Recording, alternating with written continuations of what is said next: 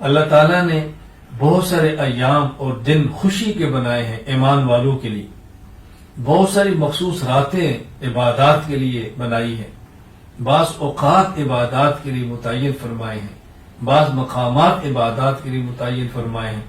ہمیں چاہیے وہ دن جو اللہ کے خصوصی عبادت کے ہیں ان کو عبادت میں لگائیں، وہ خاص گھڑیاں جو اللہ کے مانگنے کی ہیں اس میں لگائیں۔ مسلمان کے اپنے دن ہیں تہوار کے، مسلمانوں کے دن ہے عید الفطر تہوار ہے، عید الاضحیٰ تہوار ہے، اور جمعہ مخصوص اجتماعی عبادت کا دن ہے، اللہ نے ہمیں دیا ہے، اس پر خوشی کا اظہار کریں، اچھے کپڑے پہنیں، سفید کپڑے پہنیں، خوشبو لگائیں، چہرے سے خوشی محسوس ہو۔ اور وہ دن جو کفار نے اپنے لیے متعین کیے ہیں وہ ہمارے دن نہیں ہیں، ہمیں ان دنوں سے بچنا ہے، ہمیں اجتناب کرنا ہے۔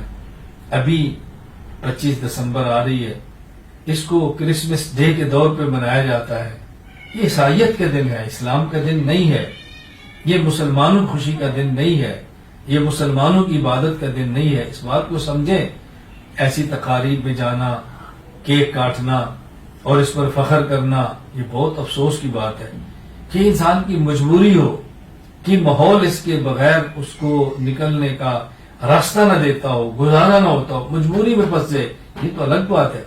لیکن خوشیوں میں جانا، تقاریب میں شرکت کرنا، اس پہ کیک کاٹنا اور اس پہ خود ہدیے دینا، مبارکبادیں دینا، ہمیں اس سے اجتناب کرنا چاہیے۔ مسلمان کو اپنے اسلام پر فخر ہونا چاہیے، اپنے ایمان پر فخر ہونا چاہیے، رسول اکرم صلی اللہ علیہ وسلم کی مبارک تعلیمات پر فخر ہونا چاہیے۔ ہم نے اپنی تہذیب کو عام کرنا ہے، اپنے کلچر اور رواج دینا ہے، ہم نے اس پر محنت کرنی ہے۔ رسول اکرم صلی اللہ علیہ وسلم کا لباس، نبی پاک صلی اللہ علیہ وسلم کا مبارک چہرہ، رسول اکرم صلی اللہ علیہ وسلم کی پاکیزہ زندگی، ہم خود بھی اس کو اپنائیں اور پوری امت میں اس کو عام کرنے کی کوشش کریں۔